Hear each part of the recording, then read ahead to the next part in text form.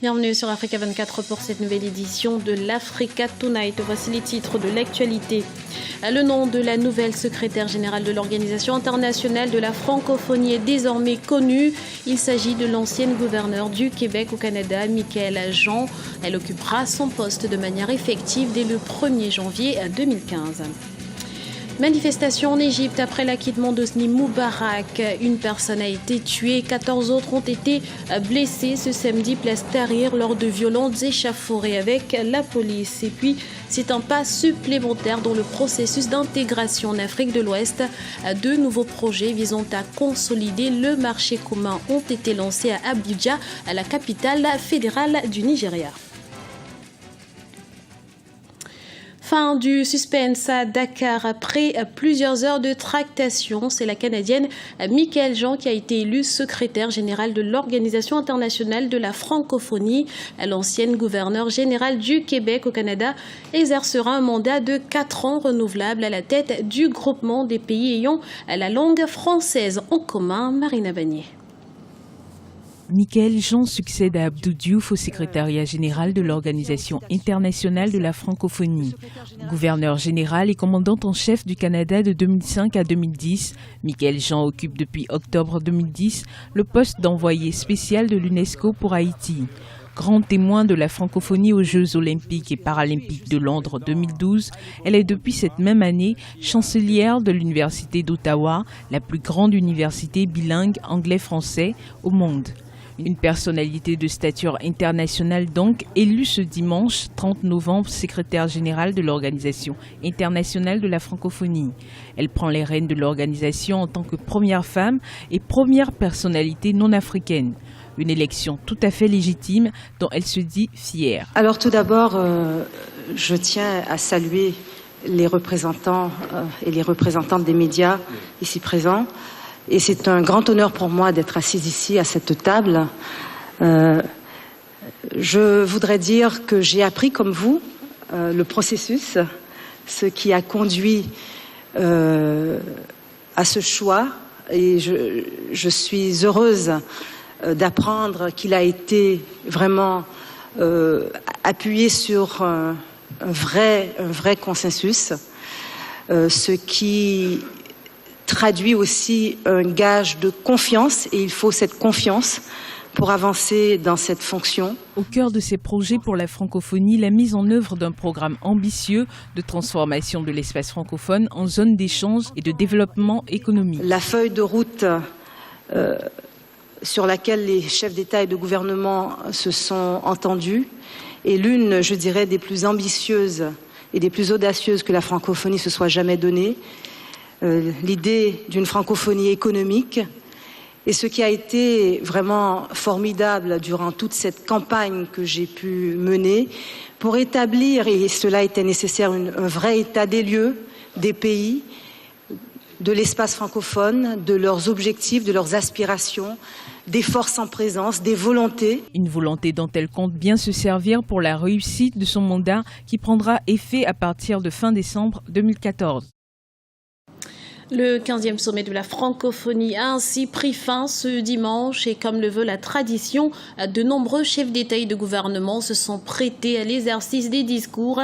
Dans son allocution, le président camerounais Paul Biya a réaffirmé son engagement à lutter contre le terrorisme, une déclaration qui fait suite à la libération par l'armée des 15 otages enlevés par un groupe rebelle centrafricain mercredi dernier. Anan Faro. Femmes et jeunes en francophonie, vecteurs de paix, acteurs de développement. Le thème choisi pour ce 15e sommet de l'organisation francophone était au cœur du discours du président camerounais Paul Biya à l'ouverture de l'événement ce samedi. À Dakar, le chef de l'État camerounais a convié les membres de la francophonie à s'allier face aux défis de la sécurité et de la lutte contre le terrorisme. Face à un ennemi commun qui conteste toutes les valeurs auxquelles nous sommes attachés, la solidarité doit jouer à plein. L'histoire récente nous enseigne qu'avec ce genre d'adversaire, il ne peut y avoir de compromis. Dans l'extrême nord du Cameroun, l'armée tente depuis près de 6 mois de repousser les hommes du mouvement nigérian Boko Haram. La lutte contre le terrorisme est l'un des fers de lance de la politique sécuritaire camerounaise. Autre sphère où le président Biya souhaite une solidarité plus agissante des pays de la francophonie, le domaine de l'environnement. Les pays d'Afrique centrale ont le sentiment qu'en préservant la grande forêt du bassin du Congo, ils contribuent de façon significative à la réduction des gaz à effet de serre. C'est pourquoi ils se réjouissent que la Chine et les États-Unis paraissent s'engager dans cette voie. Ceci est de bon augure pour le succès de la conférence de Paris sur le climat l'an prochain. Le président camerounais a également préconisé devant ses pairs une réflexion sur un plan de sauvetage du lac Tchad menacé de disparition. Dans l'actualité également en Tanzanie, le procureur de la République, le ministre de l'Énergie et plusieurs autres membres de son cabinet ont été limogés par le Parlement ce samedi. Mis en cause dans une affaire de corruption dans le secteur de l'énergie, ils sont accusés d'avoir frauduleusement autorisé le transfert de près de 122 millions de dollars de fonds publics à une société privée. En Égypte, la colère monte chez les anti-Moubarak. 1 millier de personnes ont manifesté ce samedi près de la place Tahrir au Caire pour protester contre le verdict prononcé à l'encontre de ce dernier. L'ancien président égyptien poursuivi pour complicité de meurtre des manifestants lors de la révolte de 2011 a été acquitté ce samedi à Nanfaro. Le refrain du printemps arabe de retour sur la place Tahrir du Caire. Ce samedi, des milliers de personnes ont manifesté sur la mythique place de la capitale égyptienne. Ils contestent le verdict prononcé le jour même par un tribunal du Caire et qui blanchit l'ancien président Hosni Moubarak. La police a dispersé le rassemblement à l'aide de gaz lacrymogène et de canons à eau. Le bilan fait état d'au moins une victime. Je n'ai pas participé aux manifestations de janvier 2011, j'étais à l'étranger. Mais mes amis et mes frères ont été tués pendant ces protestations. Quand j'ai su que Moubarak avait été blanchi, j'ai été sous le choc. Tout le monde a oublié le contexte politique de l'époque. Que ce soit les gauchistes ou les frères musulmans, tous les courants crient à l'unisson « Abat Hosni Moubarak ». Je suis contre le régime actuel. Un peu plus tôt, devant le tribunal du Caire, des familles de victimes des violences de 2011 se sont rassemblées. Photos de leurs proches et drapeaux à la main, ils ont attendu le verdict prononcé par le tribunal à l'encontre du président déchu. Une fois prononcé, les partisans d'Hosni Moubarak ont laissé éclater leur joie. Dieu merci, il est innocent. Comme un homme d'honneur, il a dirigé les guerres du pays et l'économie. Il a assuré la sécurité pendant 3 décennies. Honneur aujourd'hui à Moubarak qui a su relever le pays. Tout l'Égypte doit le saluer.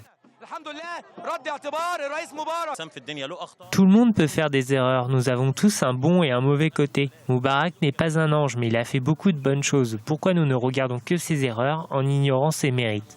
Blâmé et poursuivi il y a 4 ans, Hosni Moubarak a été réhabilité dans l'opinion publique depuis que l'actuel président Abdel Fattah el-Sisi a destitué le président issu des frères musulmans, Mohamed Morsi, en juillet 2013. L'ex-raïs, âgé de 86 ans, reste toutefois en prison. Il purge une peine de 3 ans pour une affaire de corruption. C'est un triste bilan selon le dernier rapport de l'Organisation mondiale de la santé publié ce vendredi. L'épidémie d'Ebola approche le cap des 7000 victimes en Afrique de l'Ouest. Des chiffres qui montrent une situation différente dans les 3 pays les plus touchés par le virus. En Guinée et au Libéria, la progression est stable, voire en baisse. La Sierra Leone, en revanche, est devenue la principale source d'inquiétude des autorités sanitaires. On y dénombre en effet près de 500 nouveaux cas d'Ebola par semaine, une poussée attribuée au manque de centres de traitement. Nouveau souffle dans le processus d'intégration ouest-africain. 2 nouveaux projets ont été lancés mercredi dernier à Abuja, au Nigeria. Il s'agit du projet d'appui à l'intégration économique régionale et du programme ouest-africain d'appui à la compétitivité du secteur privé. Objectif, consolider le marché commun dans la sous-région. Voyez ce reportage d'Afolake Oyinloye, notre correspondante au Nigeria. Permettre l'insertion de la région de l'Afrique de l'Ouest dans l'économie mondiale, tels sont les objectifs des 2 projets lancés mercredi à Abuja, la capitale fédérale du Nigeria. Leur mise en œuvre permettra de renforcer la compétitivité du secteur privé en Afrique de l'Ouest et améliorera le climat des affaires. Ce programme se divise en deux grandes parties. Vous avez un grand programme sur l'intégration régionale, qu'il s'agisse donc des questions de commerce, des questions de renforcement de l'infrastructure qualité, ou qu'il s'agisse également des questions d'intégration économique, l'intégration douanière. Il y avait également dans ce programme l'autre partie, c'est la compétitivité. Et c'est donc un ensemble d'outils qui doivent permettre aux entreprises régionales d'être compétitives, de pouvoir donc faire face non seulement à la concurrence des produits importés, mais aussi de pouvoir exporter dans les marchés internationaux. Ces projets permettront non seulement de relever le défi de la mise en œuvre du tarif extérieur commun, TEC, de la CEDEAO et de l'APE, mais aussi de renforcer le rôle du secteur privé dans la promotion de l'intégration en Afrique de l'Ouest. On en parle depuis longtemps. Le commerce intra-régional est faible, à peine 10%, comparé à l'Union européenne qui fait autour de 70%, l'Asie, le continent asiatique qui fait à peu près 30 à 40%. Donc il est important que l'on voit dans quelle mesure on pourrait éliminer tous les facteurs qui militent contre le développement du commerce intra-régional et des investissements intra-régionaux. En janvier 2015, le TEC-CEDEAO entrera en vigueur. Il marquera une étape décisive vers la matérialisation de l'union économique et douanière entre les pays membres de la CEDEAO. L'objectif ultime recherché, c'est l'atteinte des objectifs de croissance économique et de réduction de la pauvreté dans l'espace communautaire. C'était le journal de la rédaction. Nous vous remercions pour votre fidélité. Retrouvez dans un instant une nouvelle édition de l'Africa Tonight sur Africa 24.